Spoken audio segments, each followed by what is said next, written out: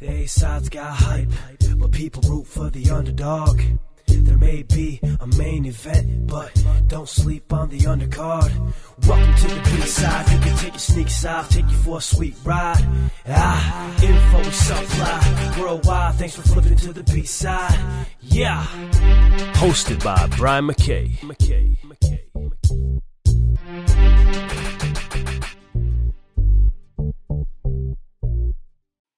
Thank you for flipping to the B-side. Just a quick intro into today's episode. Hope everything is going well for everyone out there in quarantine land. Hope everybody's staying safe, and my prayers are with you all in this time. Today's episode is just something that kind of got thrown together. A friend of mine, Shawn Goff, is going to join me. We discuss a bunch of TV shows and things that we've been catching up on during our downtime and time of social distancing and quarantining. But yeah, you'll have a blast and enjoy our humor and our take on most things. But again, thank you all for listening and enjoy the show. Let's go back. Let's go back to the wedding. Yeah. Okay. First of all, to the beginning of the quarantine. Right. Before things got bad. Okay. First of all, people, the only reason we're doing this is because about 4 days ago, I got a text. I got the text to prove it. Shawn said, she said, I'm so bored, I might want to do a podcast. So that's all I needed, because it's been a year for me. I lost interest and, couldn't get anybody to come on. So I've been trying to get Shawn on the podcast for a long time. And when she said that, that's all I needed. I got all my equipment back out, because I'm sitting here in quarantine.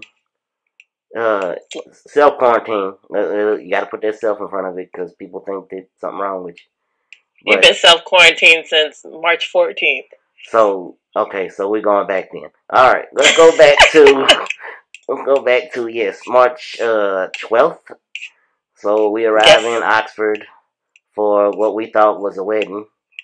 Which wasn't a wedding. Lindsay, if you're listening, you're going to get clowned for a minute, but it's all love, because, you know what, once we found out, we was understanding, and we enjoyed ourselves anyway. But when we woke up on May 13th, and so March 13th. Now, see, I know I jumped to May. I feel like I've been here since March. It is May now, but anyway, since March, we woke up the morning of March 13th.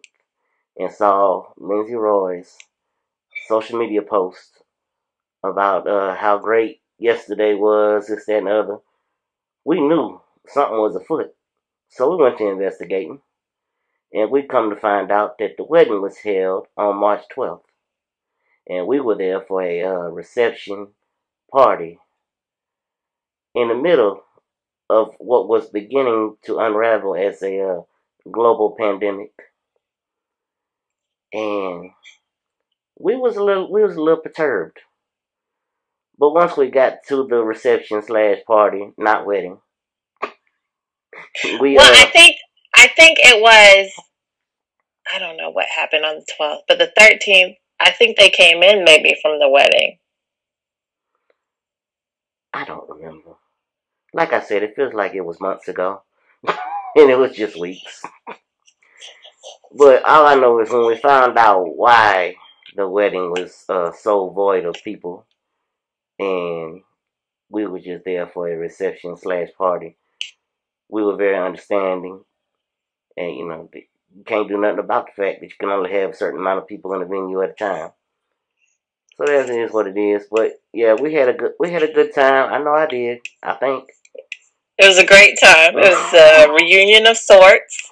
It was. We saw people. I mean, I see people all the time on social media and things like that. But when in fact we see them in person, it's been a while since I've seen folks. It's been a long time for me. So I told Lindsay, I said, I'm coming up there. I said, hopefully I don't catch corona, but I said, you're one person I do have to celebrate this festivity and milestone with. So I hopped on that plane and I prayed. Yes, and everything was going great until March 14th.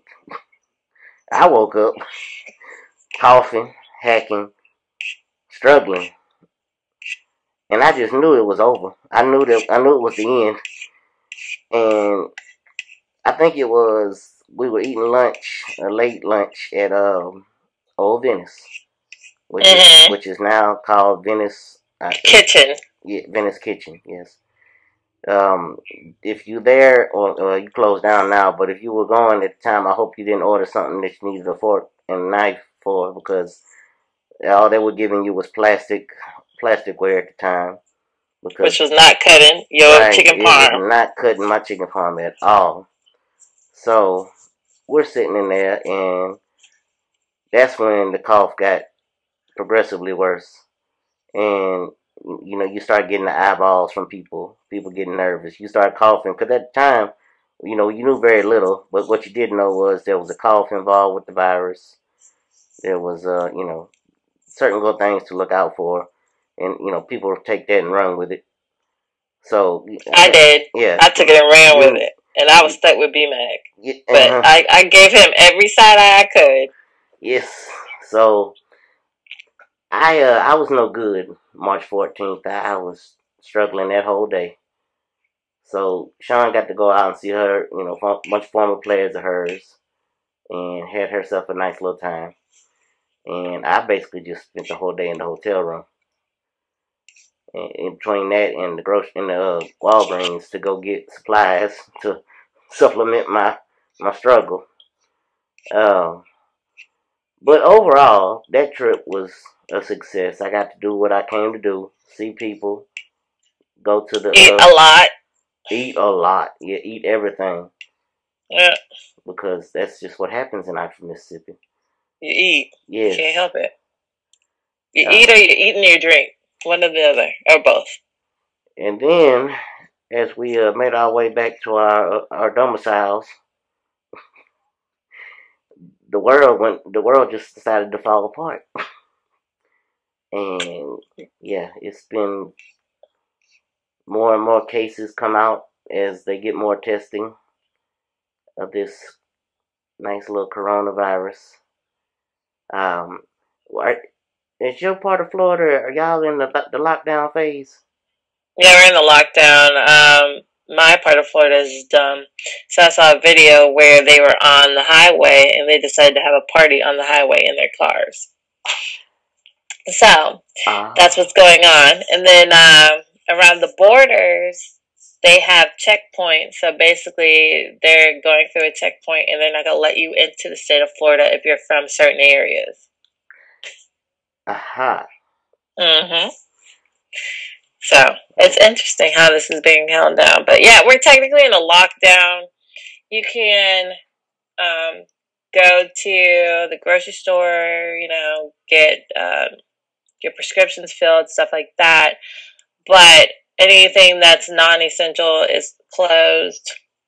And you can exercise like outside in your house or something. But I think there's a curfew as well. But down here, they're not gonna follow it. Well, we're not anywhere near that. Actually, there's people calling for our governor pleading for him to enforce. But he's literally coming on TV every day saying that there's, you know, businesses can run as needed. I think he's still letting restaurants run if they want to, and basically have, you know, minimal number of people inside. Oh, you guys can still have people inside? We can't. Right, and people are going nuts about him. Why won't he just come out here and... He said the other day, basically, that we're not going to run this like China. Well, if not, you're going to continue the numbers going to continue to rise, and we're going to be sitting around here looking like Boo-Boo the Fool. But, and we don't have the recovery of China, because they recovered a lot of their patients, but we have not so far yet. So we'll see, and we're continuously growing. Well, yeah. So that I feel like should end the medical portion of this episode because we're not trying to be doctors. We're not trying to tell people how to live and what to do, but we just know what we see and what we're dealing with. So, moving on to more happier things to talk about. Let's see what happened this week. Oh, This Is Us had its season finale. Oh my god. Yeah. Kevin.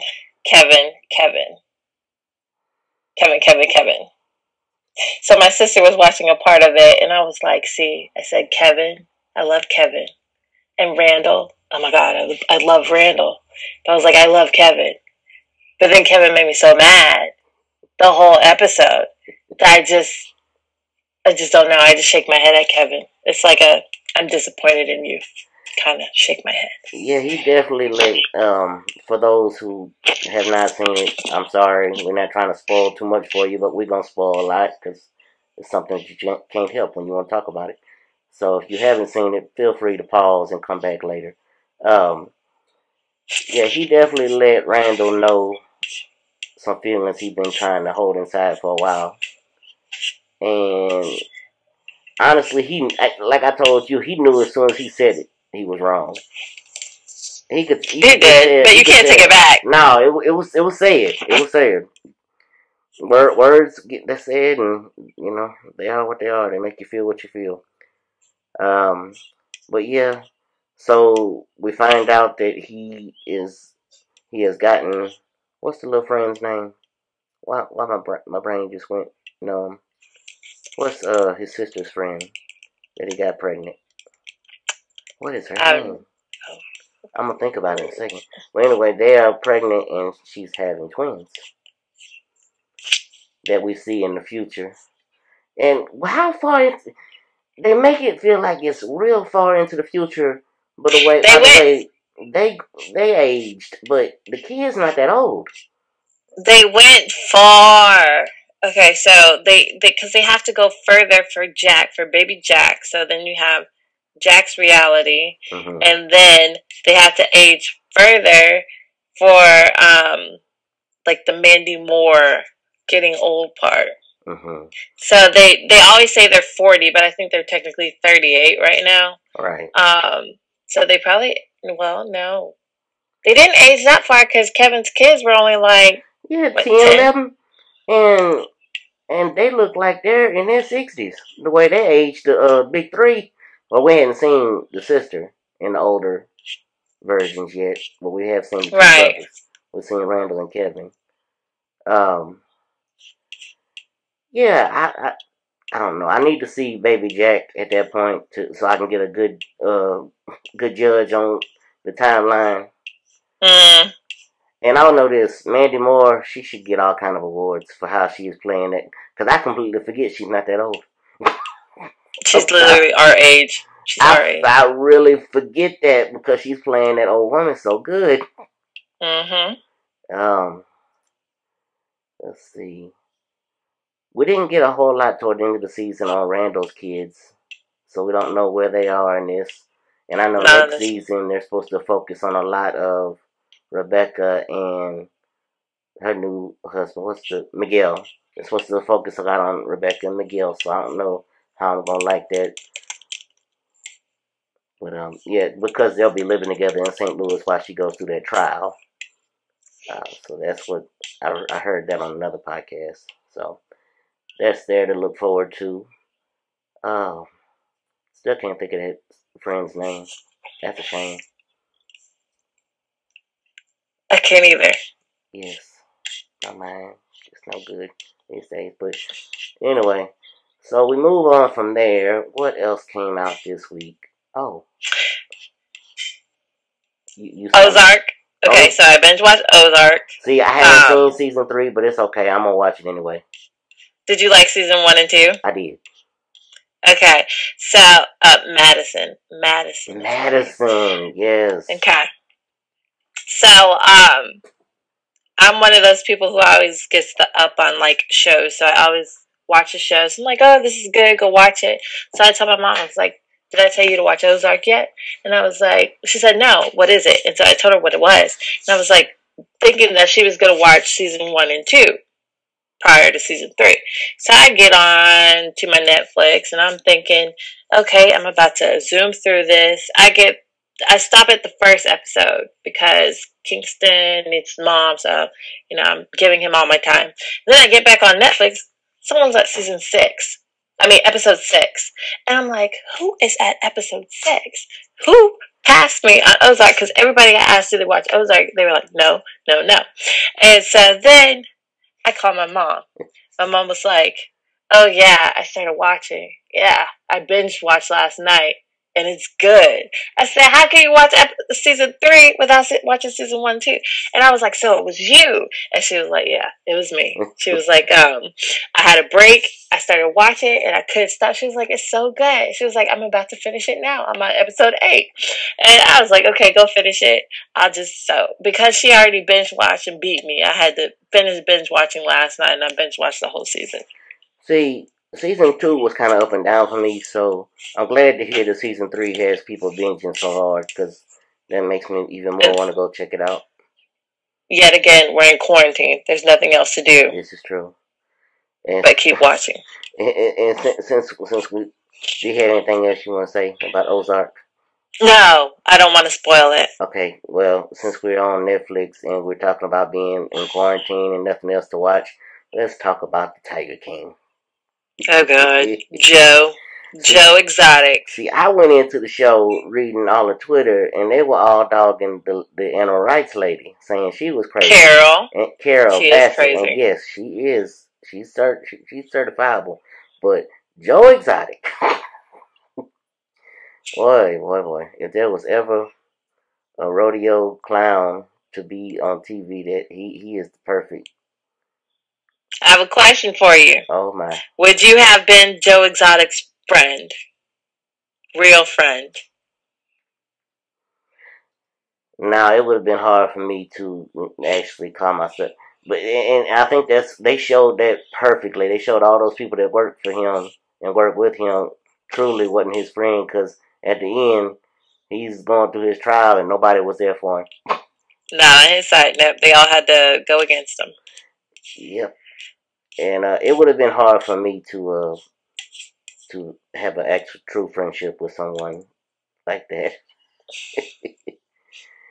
Why? Because he's so eccentric? He a little out there, yeah. He a little out there. Because he loved his tigers? Yeah. And I'm an animal person, don't get me wrong. But I couldn't be around no big ligers and lions and tigers and all that. Couldn't be around that like that. I mean, you see him in the episode, he gets attacked by one, he goes shooting off his gun to scare it off. I know. And there ain't a person that worked at that little animal farm that didn't have at least something missing. From teeth to arms to legs. I'm mad they didn't show the one husband that had the teeth just all jacked up. They said he got it fixed. They did. I saw pictures. They could have shown that in the documentary. They terrible. They could have. He probably got it from his check. And let me clarify, when I say I couldn't be friends with somebody like him, it has nothing to do with his homosexuality and the fact that he has, a polygamy going on with all his husbands. It has nothing to do with that. No, it's not that. It's not that at all. It's just eccentricness about the tigers. I'm too introverted to be friends with somebody so out there. So you wouldn't want to be on his show? Mm-mm. Sit there right there with him and talk about tigers and Carol Baskin and man, they didn't even have proof. They put that man away for everything else he did. They didn't have no proof that he actually put out the hit on this woman. No, not at all. They put him away for everything else. And his partner was a little shady. Yeah, he's still walking around smiling and acting like he had nothing to do with it. And he came in being shady and got that man all caught up. Yeah, I knew something. And then with Travis, I knew something happened to Travis because he never had a confessional. Oh, yeah, he sure didn't. I didn't realize that. Mm-hmm. He never did. And Now the question of the hour is: did Carol kill her husband? I think she did. I really think do. everyone thinks she did. Yes. Everyone thinks she did, and she goes back to her little soft persona. I would never. Mm-hmm. But I think she did. And I think she played it over and over in her head to try to figure out how to play it off. And now she has her current husband who she didn't want him to follow her around to show out the tigers. And then they show their awkward affection. Yeah, that was weird. That was very awkward is a great word for that. Just awkward. When he started singing. Oh my god.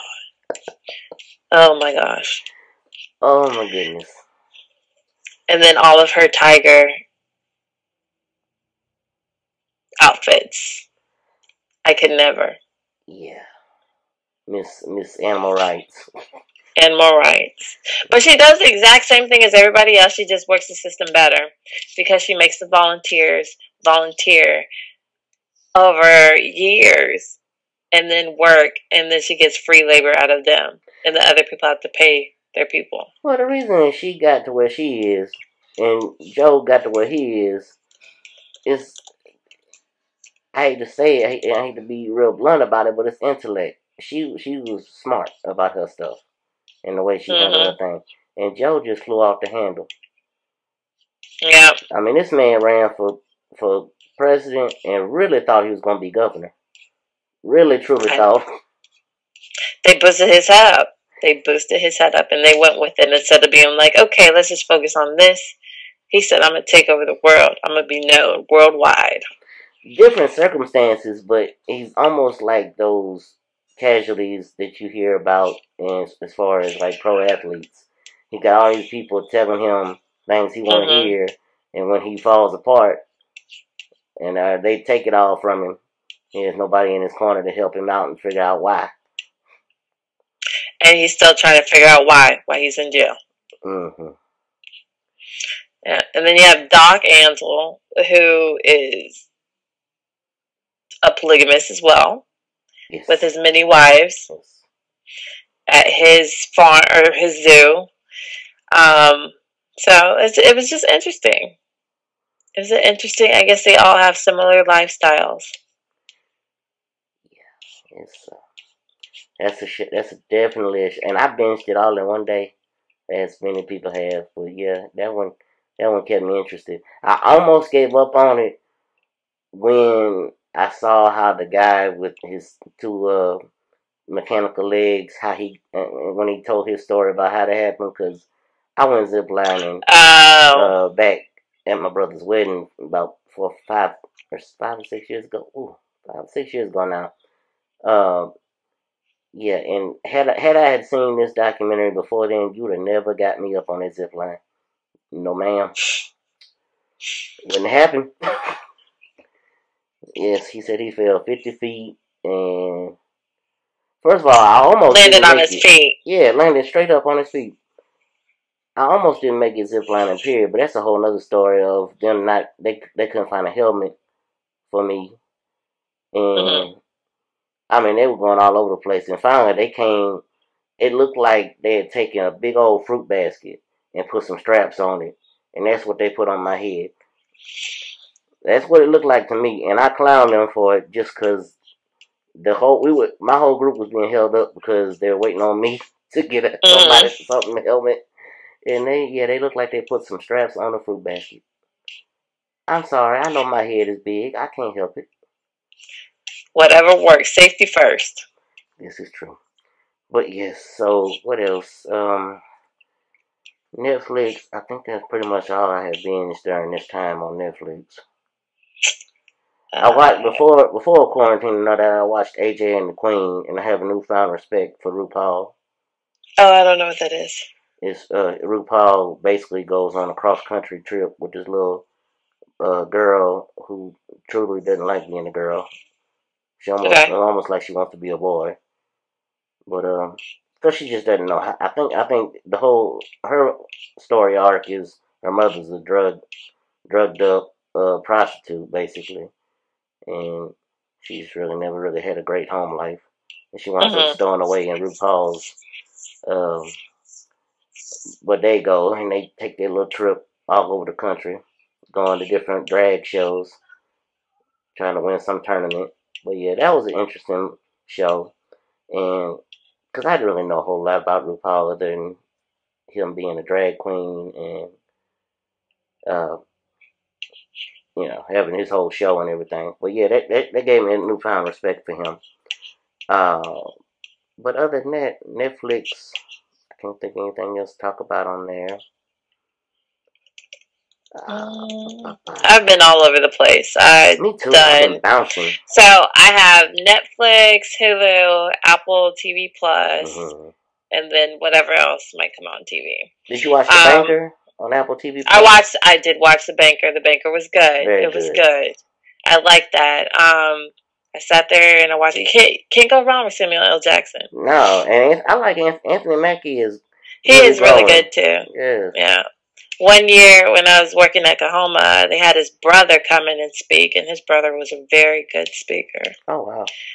So if you have a chance to watch him speak, he's good.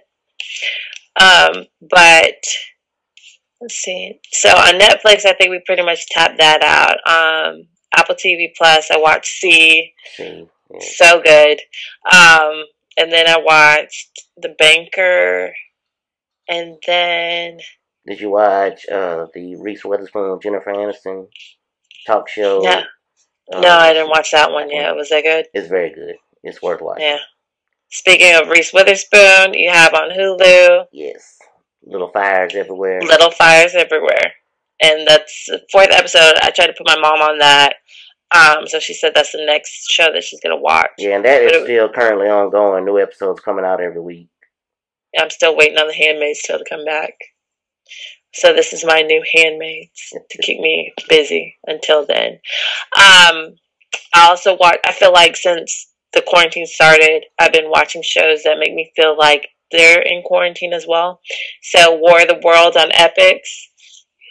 So far, it's been 6 episodes, but I watched that as well, and I feel like they're living the same life I'm living, and I keep watching it. So alien invasions coming through, they have to try to stay alive, fight the aliens, and figure out how to stop them. Nice. Yeah. A Million Little Things. A Million Little Things, yes, always good. They pissed me off with the last episode. Just, yeah. So I knew it was coming. Before we talk about the ending, I have to ask, well, who are you on the camp of? Do you want Maggie and Gary to be together? Where are you on that? Maggie and Gary, yes, you always want them to be together, but will they ever be together and then be content being together? No. Like, I think something else, if they got back together, I think something else would pull them apart, and then they'll be like, I should never gotten back with you or something. Mm-hmm. But you love them together, and that's when you see Gary, like, at his best is when he's with Maggie. So I would want them together, but Gary is a person who makes his own downfall. So I just don't know. He self-sabotages, definitely. Yeah. So I don't know how that's going to play out. I know from episode 1 of the first season to now, the character that has completely grown on me, because I hated her when this thing first started. And it was by design. Yes. Catherine. Yes. Oh. I knew you were going to talk about Catherine. Love her. Theo, love him. He's so cute. Rome and Regina is my favorite couple on the show. See, I didn't know if I could say that because it's a black couple, and I love all the little black couples. Okay, so I'm like, oh, that's so cute. Let the white guy say it first. Now you can talk. Exactly. I can agree, though. Yes, I love them. They are so unproblematic. They really just try to contain their household without causing any more problems. That blew up on them in this episode. I know. And that was one of the things that really irked me about the episode. Forget about how it ended. Like, the fact that the little girl took her baby back and then Regina, went to basically blaming Rome. See, okay, So here's my thing. Regina didn't want the baby in the first, like Correct. a baby in the first place. Since the beginning of the season, she didn't want a baby. And then all of a sudden they worked it out. They said, oh, we can adopt. And then she bought into it. And then she finally felt how like Rome was feeling the whole time about wanting a baby. And then I think the biggest disappointment is that she got her hopes up for it. And then it was snatched from her. Right. So. Because she fully invested. But in saying that, I feel like her and Rome could work on having their own baby now since they realized that they both want a baby now. Because once she invested in the whole baby thing. She was all in. And she takes such good care of the adoptive mom. So. And both of them have just crazy situations going on with their parents. Like, her and her mother have their issues, and then Rome and his dad, which, I mean, seem to be getting better. Honestly, both ways, but... They worked it out, so I was very happy about that.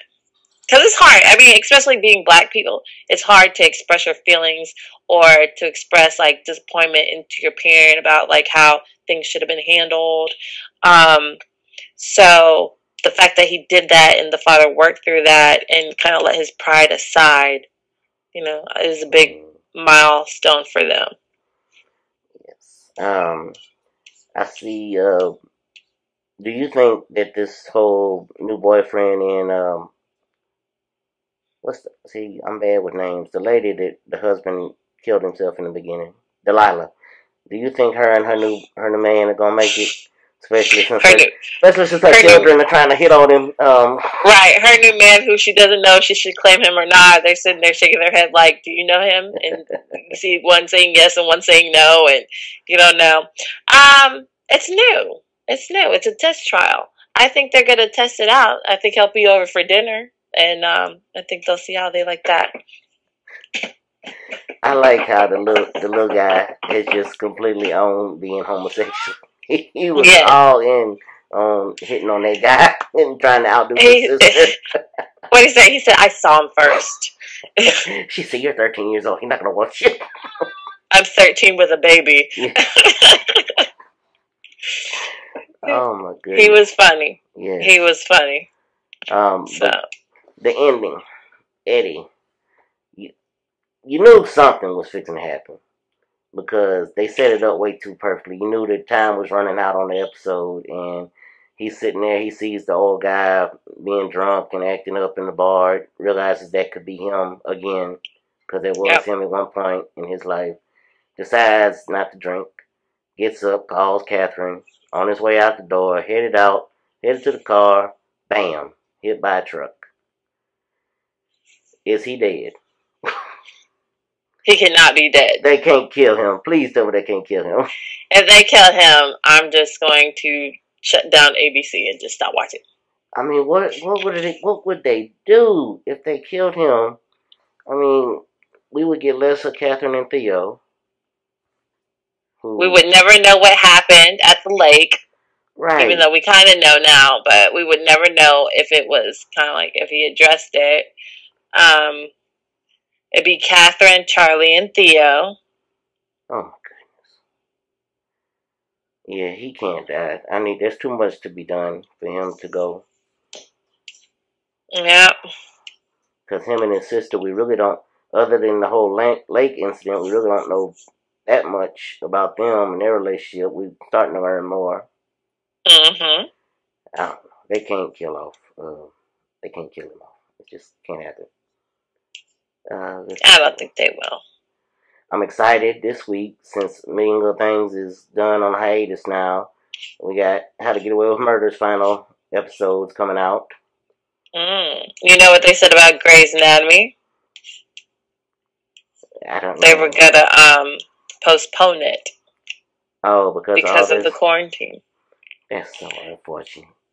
My thing isn't it already pre-recorded? Isn't it already recorded? So if everyone's in the house, why don't you just play it so that we can just watch it instead of having to wait for whenever you want to play the next episodes? There's you and Kelly Holloway. Y'all can have that. Y'all can have that fight. So last time she stopped watching it after a while because it was just too. Well, she's living that life now, so. I know. She is. She's Praying for all nurses, doctors, anybody in the healthcare field, praying that they stay healthy and alive. I didn't realize how many people I knew in those fields until all this started happening. And they start, posting the things every day. And you don't realize until something like this happens. Yeah. What else is going on? I am in a battle with ESPN trying to get old WNBA games on. I'm going to get them games played. I have seen your posts. Well, your tweets. Yes, and I'm on it. I'm coming. They think I'm done because I took a couple of days off. I ain't done. I'm coming back. I'm coming back hard. strong. That's right. Everybody retweet. I had a good look. That's the most impressions I ever had on a tweet before. I had like over 10,000 last time I looked. That's good. Yeah, I'm on my way to being verified. Okay. Mm-hmm. Keep it up. Yeah. You've got this. I believe in you. Let's see. What else? Speaking of Twitter, when I saw the Ole Miss women's basketball post about on this day, a couple years ago, it was the video from our game versus Oklahoma in Dayton in 2007. Y'all ran them horses right on out the gym. We ran ourselves at the gym too. We ran. I said I have never seen a team lately play as fast paced as we did back then. And I said that was for 40 minutes in a 91 degrees gym. Yes. I sat up. I watched that game. Surprisingly, I watched the game, and at first I watched it on mute. And then they showed a clip of Coach Ross yelling at me.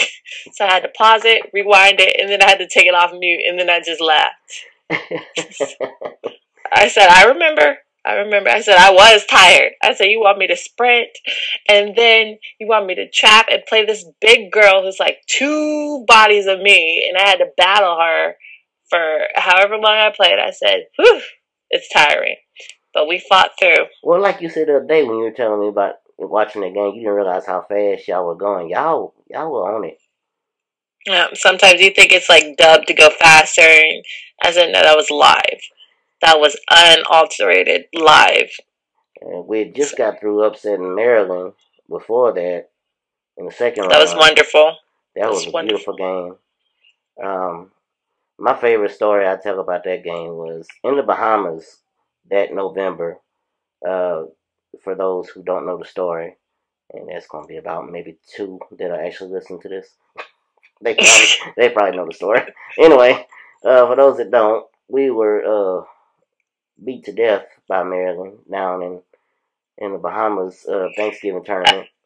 It's a massacre. They laughed at us. Maryland laughed at us. So, to be honest, I remember being at Coach Ross's house when the brackets were announced, and we saw that the second round matchup would be potentially Maryland. And the air in the room changed a little bit, being excited that we were going to the tournament too. Great. But luckily for us, we began to play some of our best basketball of the season at that point. We beat TCU in the first round, came up with our matchup with Maryland, and I was just nervous in general. So it was a lot of things going on at that time for me personally. But I was nervous for the game in general. But I remember walking out on the court. I went through the wrong entrance, and I wound up going to the one that went out to Maryland's bench. Well, their assistant coach, Jeff Walls, who is now the head coach at Louisville, was sitting on the bench. And he and I had a jokingly back and forth down in the Bahamas after they beat us down. We met each other because we were all staying basically at the same place. And we saw each other out that night and we, had a little joke back and forth about it. I said, don't let us ever see you again because it's going to be something different for you. Not thinking we ever would see them a second time.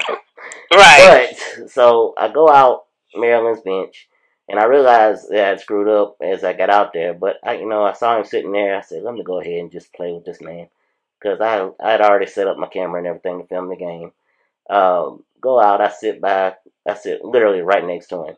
And, he's focusing, he's writing his notes down, and he's looking out on the court, and all of a sudden he turns, he looks at me, and he looks back, he kind of like has this look on his face like, what are you doing? I looked at him, I said, well, you talk so highly about your team, and, what you think about your team. I figured I'd come see what a winner felt like, because after tonight, y'all will no longer be that. And he looked at me, he just had this, like, just guttural laugh, because he's like, this kid is just hilarious. And he just thinks I was just the funniest thing.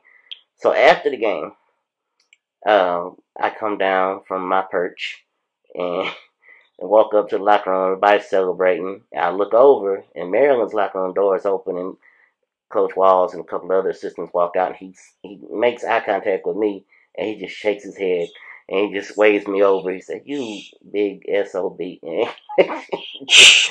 Just laughs. And, kind of, he's upset that he lost, but at the same time, he just thought it was hilarious that I'm the one that was telling him that we were going to beat them. And I thought it was so funny. But, yeah, that was a crazy moment. So we got them. We beat up on Oklahoma and then just ran completely out of gas against Tennessee. But if you're gonna have to lose in the NCAA tournament, it's always nice to lose to the team that wins the championship. Right. So at least we could say that. Yeah, because Tennessee, that game, they hit everything. It didn't matter. They did not miss. It didn't matter how much pressure you put on them. They were hitting everything. And what they did, and what they didn't do, that a lot of other teams to that point against us had done, they didn't make mistakes. Like they didn't make that cross-court pass that Armani Price was going to just take off and go to the other end with. They didn't make those mistakes. And because the other teams played right into our hand with that. We were constantly running off of other folks' turnovers, and Tennessee didn't do that. And like you said, they hit everything they shot. Nikki and the Six was hitting 3-pointers. I said it's just bad when you get into the locker room and Coach Ross is just like, they just had like a one of a kind game. Like there's nothing you could have done to stop it. Y'all played hard. They just hit everything. Yeah. Yeah. So oh yeah, you were talking about watching that Oklahoma game over. That's what got us on that. I'm trying to think, how did we get there? Your ESPN tweets. That's it. The ESPN, yes. And basketball. Listen, people, at BMAC1435, go check out my tweets. Retweet them. Get ESPN. Let them know that we want to see some old WNBA games. We want to see some Houston Comets. I understand they're no longer a franchise, but at one time in the WNBA's history, they were the team. They made statements. They won the first 4 WNBA championships. You had people coming into that league had no idea who Cynthia Cooper even was. And she wound up taking over the league the first few years. It was supposed to be Cheryl Swoop's team. She wound up getting pregnant right before the league started. And like I said, no one knew. I remember Coach Chancellor, who my family has a close personal friendship with, for anyone who doesn't know. I remember him calling my dad and telling him, there's this player that I have one out here in training camp that no one knows, and they're fixing to find out she's the best player I've ever seen play. And he was talking about Cynthia. And I was like, man, I just couldn't get over some of the things she did. It's like, it was crazy at the time, seeing that and watching that. And you think all these years later, and they almost act like Houston Comets don't even exist. Like they never existed. So, yeah, I remember I used to watch them growing up. I used to have my little orange and white basketball. Yes. But I didn't play. So back then I would watch it, but I didn't play. So my granddad used to try to get me to play basketball, and I was like, no, I'm not playing. And then finally it just clicked, and I started playing. But I watched them before I started playing. And then I got to it. And then who I wanted to be like? Tina Thompson. I knew it. I knew it before you could even say it. Because of her lipstick. I know. Shame, I knew that already. Yeah, because of her lipstick. I was like, I want to go out there and play with my lipstick on. Yeah, I'm like 9 and 10 years old. Yeah, that was me. That was something else that was really neat for me because I'd never seen, a female go out there. And I've been around women's basketball my entire life with my dad coaching it, and family being involved. I'd never seen a women's player go out there with makeup on like that, like and play in actual games. And that was something cool. But yeah, I really want to see some of those old games. You got Common. Then you got the Liberty. Yes, with Rebecca Lobo. Yeah, with Lisa Leslie and some of those old time games. I know a lot of them weren't on ESPN full time, but I know they had the rights to those games. I know WNBA could put them on NBA TV anytime they want to. There's another channel, NBA TV. Like I said, you gotta tag them. Like I said, they tagged on another tweet. Go at BMAC1435. Retweet. We want them to know. And while you're at it, when they have a women's game on ESPN, tune in. Let them know by the ratings that people want to see women's sports. And I'm down with it. I come off my podium on that subject for now. But I'll be back. They think I'm asleep because I haven't tweeted in 2 or 3 days to them. But I'm coming back. I'm just getting my tweets prepared. Don't you worry. Like I said, I had nothing but time. We all have nothing but time. So, yeah. So I'm doing, got that going. Trying to be an influencer on their social media platforms. Let's see.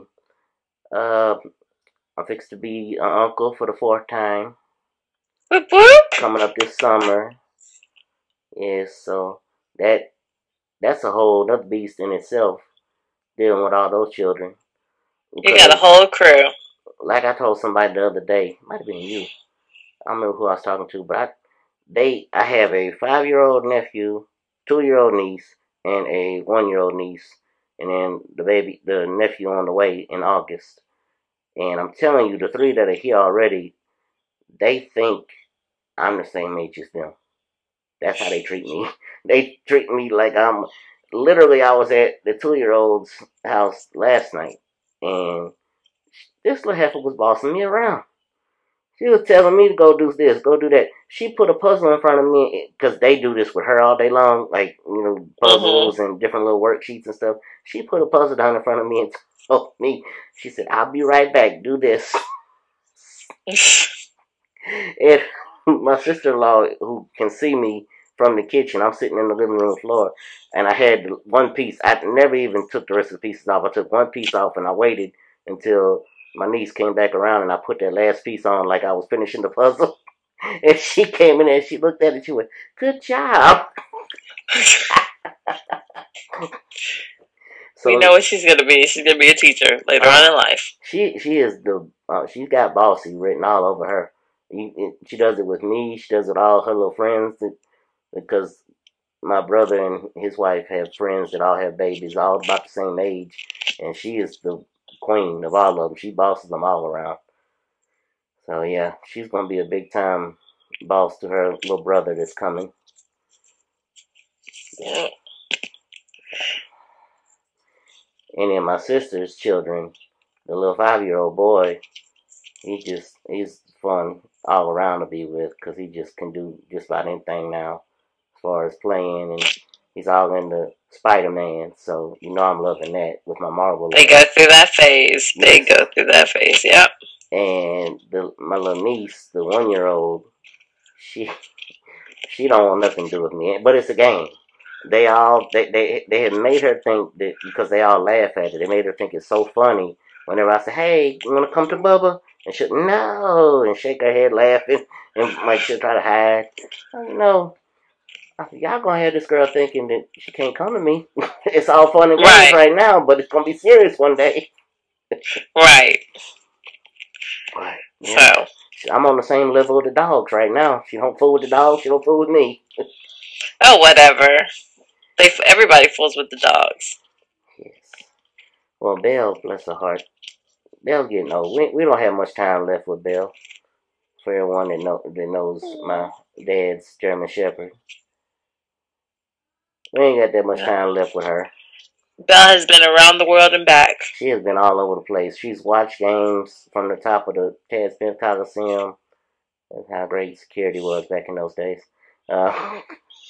Yeah, she's been all over the place. But I hear children. Yeah. I hear them in the background. I hear children. But yeah. So there's that. How is everyone at your house during these times? Everyone is washing their hands, and washing their hands. I told somebody the other day I don't have any fingerprints left from sanitizing so much. Yeah, you gotta wash your hands. We've practiced social distancing inside because I made a Facebook post. I said everyone says how to social distance outside, but how do you do it inside when you have a kid that just wants to be on you all the time? So with Kingston, he is such a mama's boy. I have feet on me all the time. It's feet on my feet on my legs, feet on my head, feet on my arm. It's gotta be feet. And so, how do you social distance from him? I could be in the room. He's gonna come, hop in the bed, get the feet on me. I could be on a sofa. He's gonna get on the next sofa and then put his feet on me from a whole separate sofa. Well, he is big enough to do that now. Yeah, he's big enough, long enough, everything. But so we've been practicing social distancing inside. And it's a work in progress, but we're working towards working together and getting it done, figuring how to make it work so everyone's happy. And I realized that sometimes I just got to go take 45 minute showers and have a whole concert in the bathroom. And then when I come out, then he's somewhere sitting quietly because he forgot about me. I'm out of sight and out of mind. And then I'm like, A lot of electronics involved. A lot of electronics, iPads, Nintendo Switches, TV, and all of that, and more. So yes. I still tell people to this day, Kingston gonna be a electronic genius, because the first time I ever met the boy, he showed me something on YouTube that I didn't even know you could do. He showed me how to swipe up and get to the other videos while he's watching one, and I was like, didn't even know you could do that. Let's see if he keeps it up. I have no idea what Kingston's going to be. That's the exciting part about it. Yes. Because he's just a mixture of everything. Yes.